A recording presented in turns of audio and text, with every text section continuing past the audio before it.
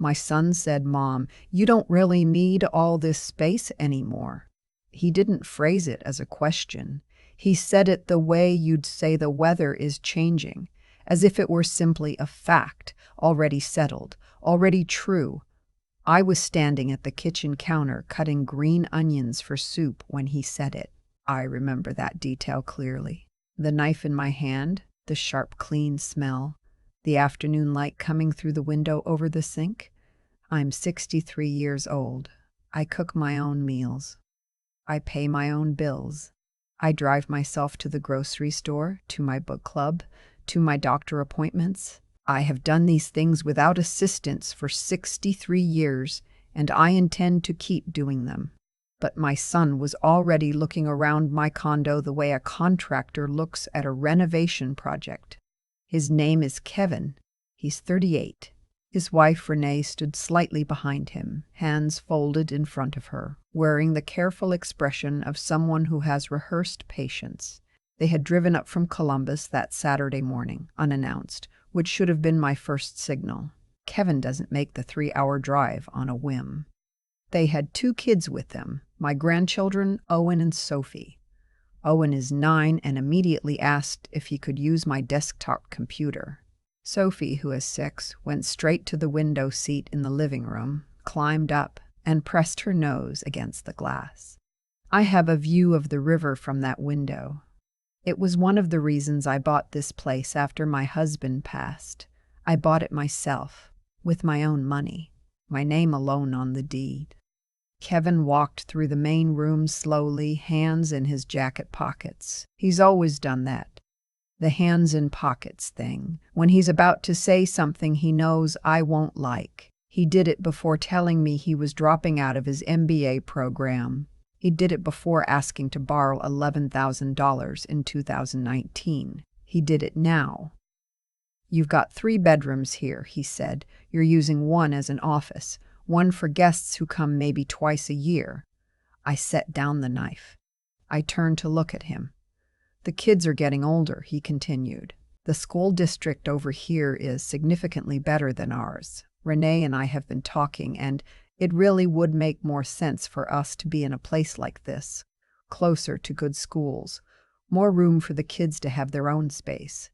You'd be so much more comfortable somewhere smaller. A 1-bedroom, maybe. Or there are some really lovely senior communities that just opened." Senior communities. I am 63 years old. I picked the knife back up. I turned back to the green onions. I said nothing for a long moment, because I have learned over 6 decades that silence is more useful than a reaction. "We're not asking you to leave immediately," Renee added from behind him, as if that were the generous part. Kevin cleared his throat. "We were thinking a transition. You could put the condo in both our names. For legal purposes. Just to simplify things down the road. Just to simplify things." I stirred the soup. The smell of chicken broth and thyme filled the kitchen. I kept my face neutral because my face belongs to me and I choose what it shows. "I'll think about it," I said. That was a lie, but it bought me time, and time was what I needed. "Hello, friends. I'm Lucy. No one gets to plan around you while you're still standing in your own kitchen. If you've ever felt like family was treating you as a problem to be solved rather than a person to be respected, this story is for you. What would you do if you were me? Leave your answer in the comments. They stayed for dinner. Kevin talked about property taxes and school ratings the entire meal. Renee refilled her own wine glass twice and asked if I'd ever considered a garden apartment. "Less maintenance," she said.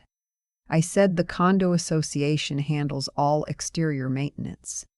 She said yes, but still. I didn't ask what still meant because I already knew.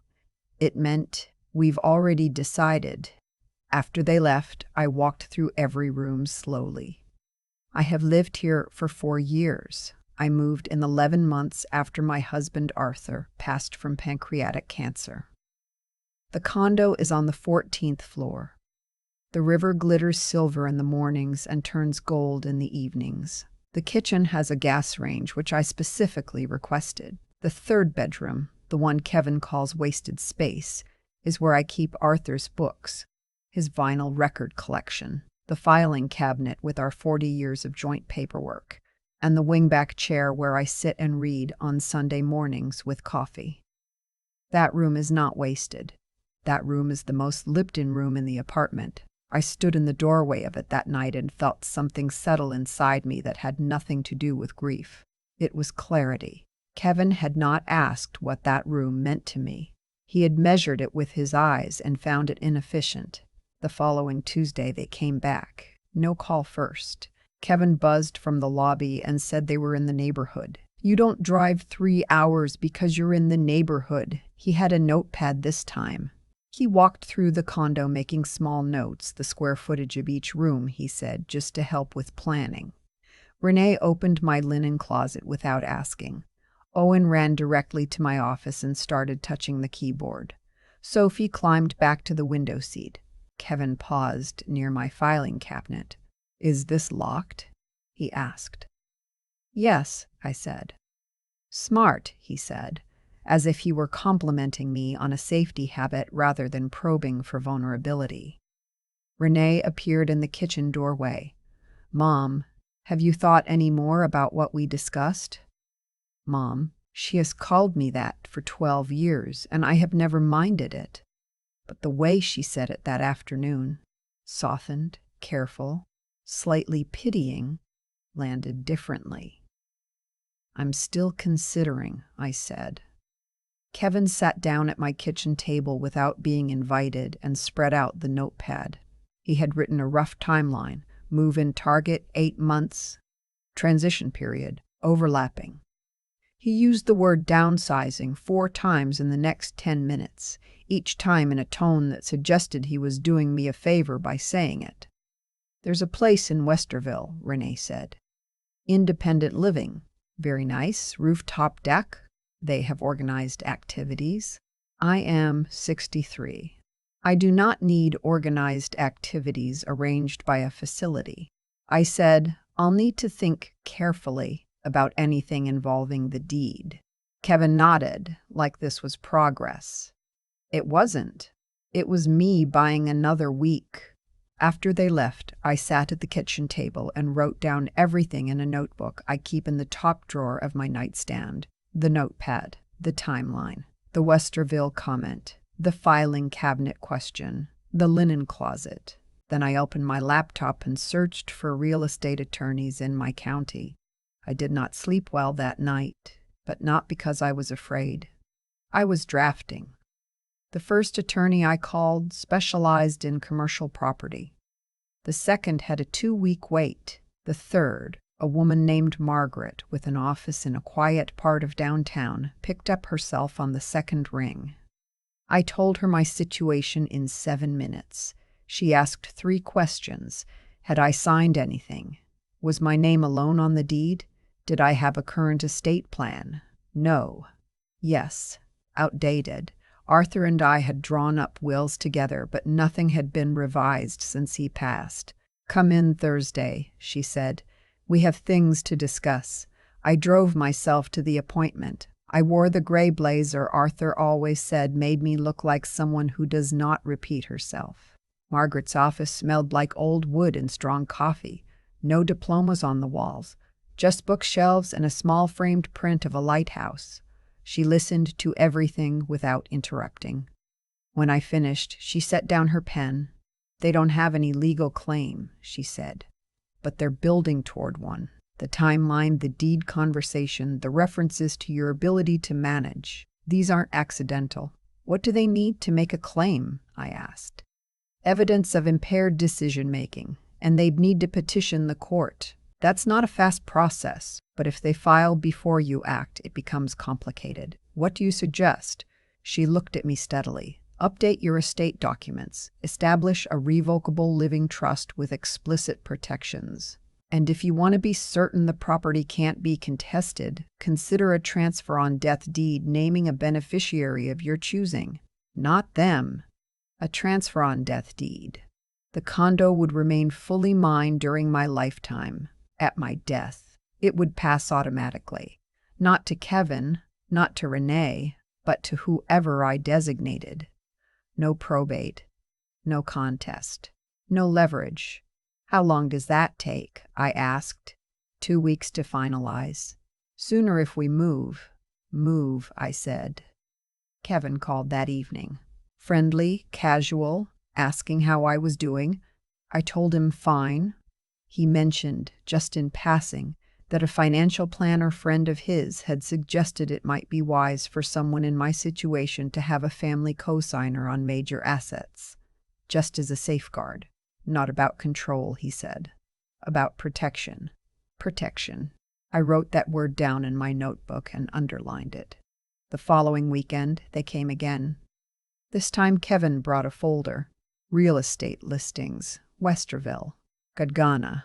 One in New Albany with a sunroom, he said, as if a sunroom would be sufficient compensation for losing the river view I had chosen deliberately with my own money. Renee set the folder on my coffee table. Just look, she said warmly. I looked. Senior community. Age restricted. Monthly HOA of over $2,000. Activities director. Shuttle service. I'm not interested in a shuttle service, I said. Kevin's jaw tightened slightly. He recovered quickly. Mom, it's not about that. It's about being realistic. You're managing a 14th floor condo alone. If something happened, nothing has happened, I said. But if it did, Renee said softly. If something happened to me, I said evenly, I have emergency contacts, a medical alert on my phone, and a physician I see regularly. What I don't have is a problem that requires solving. Kevin leaned forward. We're not saying there's a problem. Then what are you saying? He exchanged a look with Renee. Quick, practiced. We're saying it makes more sense, he said. For everyone. That word was doing a lot of work. I notice, I said carefully, that no version of this arrangement involves you purchasing your own property in a better school district. The room went quiet. Renee's expression shifted. Kevin set the folder down. That's not fair, he said. I'm not trying to be fair, I replied. I'm trying to be accurate. They left earlier than usual that evening. No hug from Kevin at the door, which hadn't happened since he was 19, and furious about a curfew. I locked the deadbolt and stood in the hallway for a moment. Something had changed. The pretense of gentleness was thinning. Margaret called Wednesday. The trust documents were ready for my review. The transfer on death deed was drafted. She walked me through every page on a video call, pausing at each clause, explaining what it meant and what it prevented. I asked 6 questions. She answered all 6 without condescension. Once these are recorded with the county, she said, the property cannot be transferred, mortgaged, or contested without your explicit consent during your lifetime. And at death, it passes as you direct, completely outside probate. Who should I name as beneficiary? I asked. I had been thinking about this since Tuesday. Arthur and I had supported a literacy nonprofit for years, one that ran after-school reading programs in under-resourced neighborhoods. We wrote checks together every December. After he passed, I continued alone. I named the organization. Not out of spite, out of intention.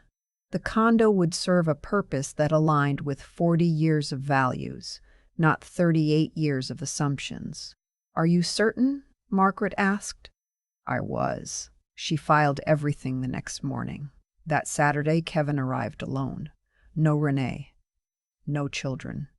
Just Kevin, in the hands and pockets posture, sitting across from me at my kitchen table with the particular expression of someone who has run out of patience with their own strategy. I need you to be honest with me, he said. I've been nothing but honest, I replied. We've been talking to someone, he said, a geriatric care consultant. She said that at your age, in your situation, living alone in a high-rise, it would be reasonable to have a family member with some authority over financial decisions. Preemptively. Preemptively. What kind of authority? I asked. He shifted. Signing authority. For major assets. In case something changes. I am 63 years old. I have been financially independent for 4 decades. I earned my own pension.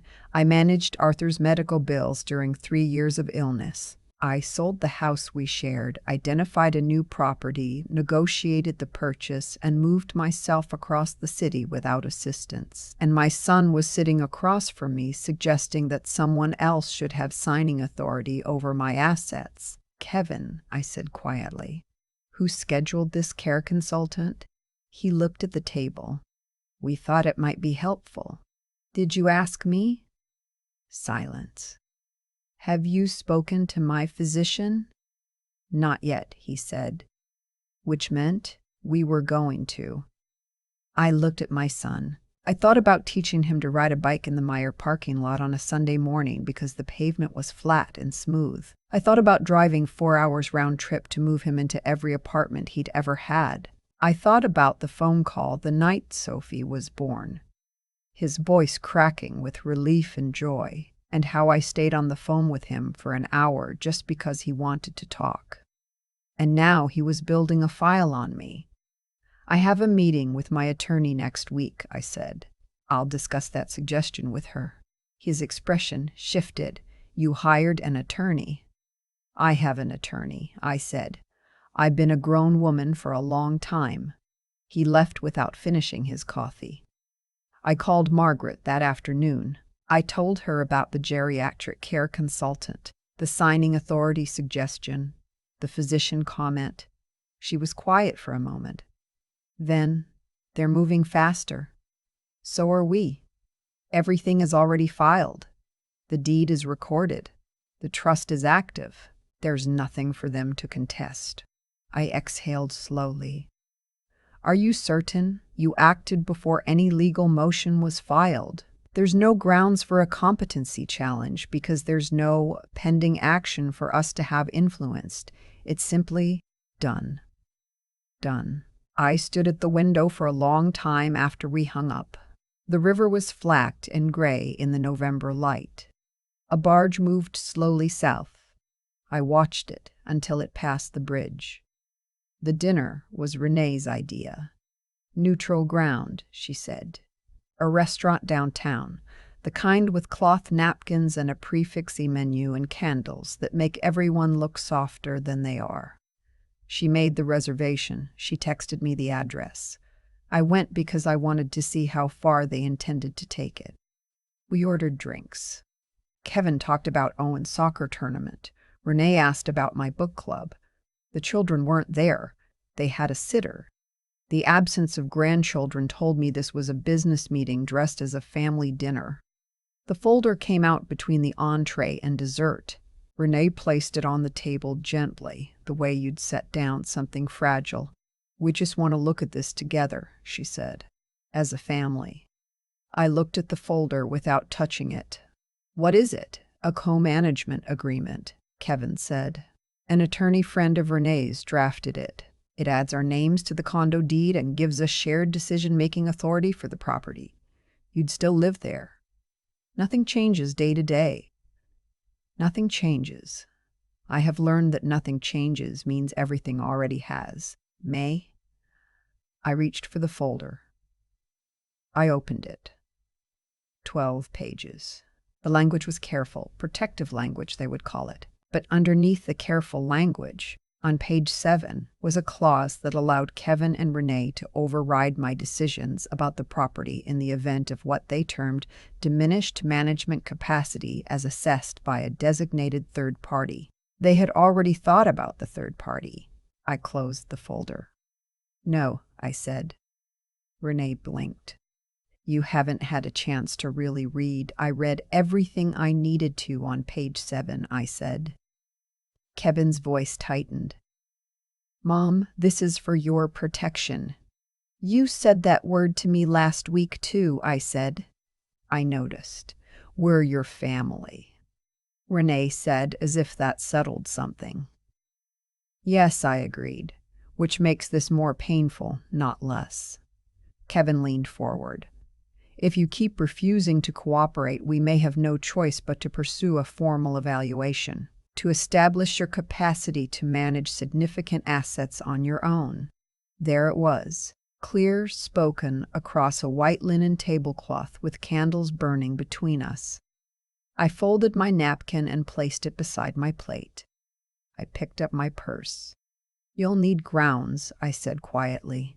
A physician's assessment you haven't yet obtained, a behavioral record you haven't established, a financial history that shows mismanagement, which doesn't exist. I stood up. What you have is a folder from a friend's attorney and a theory about a 63-year-old woman who lives alone in a building with excellent security and a morning view of the river. Kevin stood too. Sit down. I'm not raising my voice, I said, and I'm not sitting down. I looked at my son, really looked at him. You may pursue whatever legal avenue you believe is available to you. My attorney's number is in your phone. She can receive any correspondence. I walked to the door. I did not slam it. In the parking garage, I sat in my car for 4 minutes before starting it. Not from doubt, from magnitude. I had just ended a dinner with my son by naming my attorney. That is not a sentence I ever expected to construct. I drove home. I made tea. I sat in the wingback chair in the room with Arthur's books and his records, and I stayed there until the river outside went dark. The call came Monday morning. Kevin. His voice was controlled in the way that means the opposite of calm. We've decided to take this to a different level, he said. We've spoken to someone at the county court. A filing is possible. A filing for what? I asked. Guardianship assessment, based on our concerns about your decision-making. I said nothing for a moment. You don't have a physician's report, I said. We're working on that. You haven't spoken to my doctor. I verified that this morning. A pause. There are other ways to establish a pattern. Kevin, I said evenly, before you file anything, I want you to know something. My estate has been reorganized. The condo is an irrevocable living trust. The transfer on death deed has been recorded with the county. The beneficiary is not a family member. Silence. What does that mean? He asked. His voice had changed. It means the property cannot be transferred, mortgaged, or claimed through any guardianship proceeding because it is already allocated. If you file and somehow prevail, which you won't, because there is no basis, there is nothing to administer. The asset is already spoken for. A longer silence. You did this to cut us out, he said. I did this, I replied, to protect what Arthur and I built together from people who never helped us build it. The call ended. I stood in the kitchen for a while after. The soup I'd started was simmering. Thyme and bay leaf. Same recipe I'd made every November for 30 years. I stirred it once and turned down the heat. Renee called that evening. Her tone was different, not the rehearsed warmth, not the careful patience. Just flat. The attorney says there's nothing to file on, she said.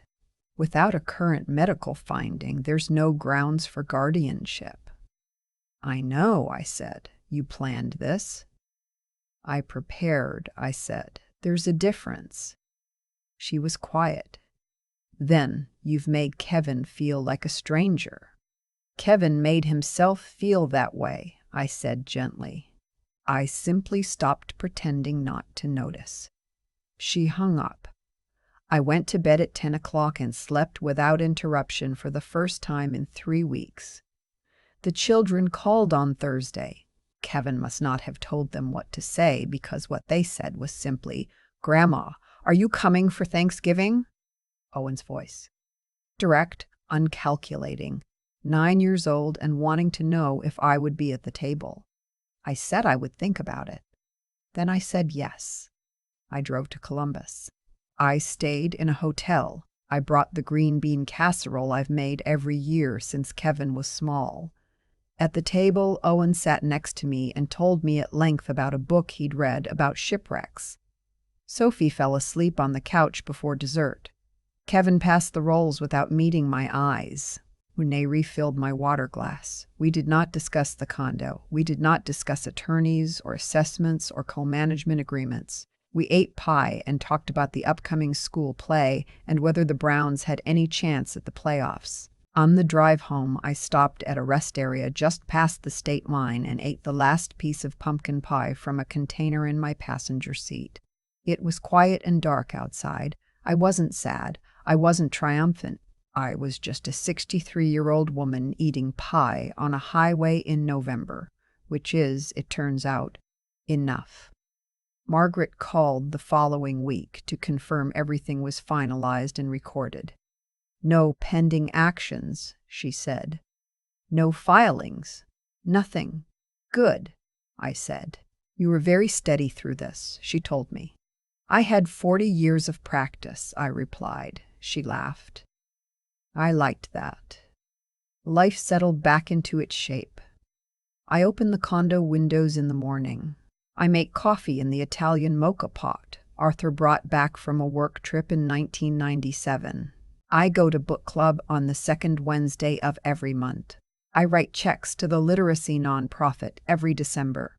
A little more than last year. A little more than the year before. Kevin and I speak on Sundays. Short calls. He asks about the week. I tell him. He says something about the kids. I listen. We don't discuss what happened in the fall. Neither of us has apologized because neither of us is ready to say exactly what we'd be apologizing for. That's honest, at least. What I know is this. The condo is mine. The view is mine. Arthur's chair is mine. My mornings and my decisions and my soup recipe and my Sunday calls and my December checks, all mine, not transferred, not co-managed, not simplified into a one-bedroom with an activities director. One evening in January, I was sitting at the window watching the river ice form at the edges, the way it always starts at the edges and works inward, and my phone buzzed. A text from Kevin. No message. Just a photo. Owen at a book fair holding a book about ocean explorers, grinning. I looked at it for a long time. Then I typed back, "Tell him I know a good one about the Titanic. I'll bring it next time." 3 dots appeared. Then, he'll love that. I set the phone down and went back to the river. Some things break and stay broken. Some things break and become something you have to decide every day whether to carry. I am 63 years old. I am the sole owner of a condo on the 14th floor with a gas range and a morning river view. I have an attorney and a literacy nonprofit and a wingback chair full of 40 years of someone I loved. I did not fight. I did not flee. I prepared, and when they came looking for something to take, there was nothing left for them to claim. That is not a small thing. At 63, living entirely on your own terms is not a consolation. It is the whole point. There's a moment in this story I keep coming back to. Not the dinner with the folder on the table. Not the phone call where Kevin said the word guardianship out loud for the first time. It's the moment I was standing at my kitchen counter cutting green onions, listening to my son tell me I didn't need the space I had chosen for myself. And I said nothing. Just kept cutting. Just kept my face neutral.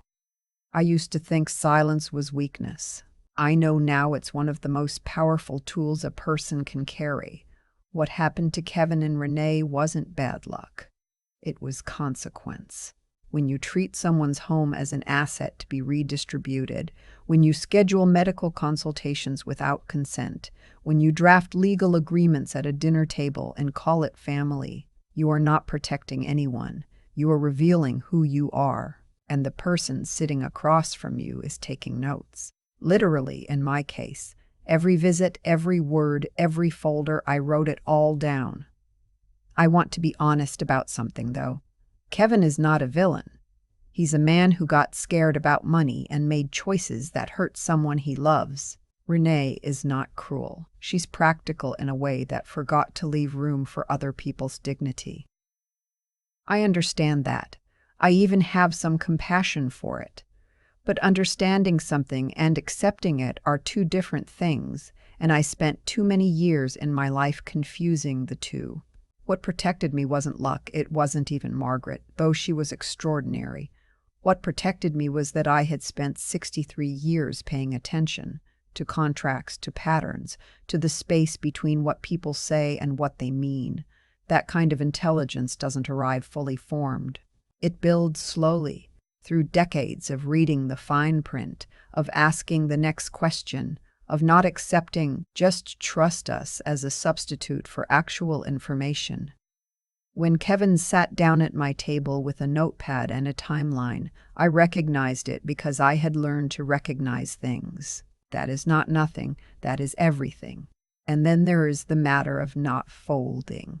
Every time they came back with listings, with folders, with consultants, the easier path was to soften, to accommodate, to say, maybe you're right, let me think about it a little longer. I know what that path looks like. I have watched other women my age take it, one small concession at a time, until there is nothing left that belongs entirely to them. I chose differently. Not because I am unusually brave, but because Arthur spent 40 years showing me what it looks like to stand by your own convictions quietly and completely. And I absorbed that the way you absorb things from someone you love for a long time. The condo is still mine. The Riverview is still mine. Arthur's chair is still in that third bedroom. And on Sunday mornings, I still sit in it with coffee and a book. Kevin and I talk on the phone. It is careful and it is not what it was, but it is honest. And honest is something I can work with. I don't know what the right word is for what I learned through all of this. I just know that when someone tries to rewrite your story while you're still living it, the most important thing you can do is keep writing, steadily, without asking permission, until the page belongs to you again.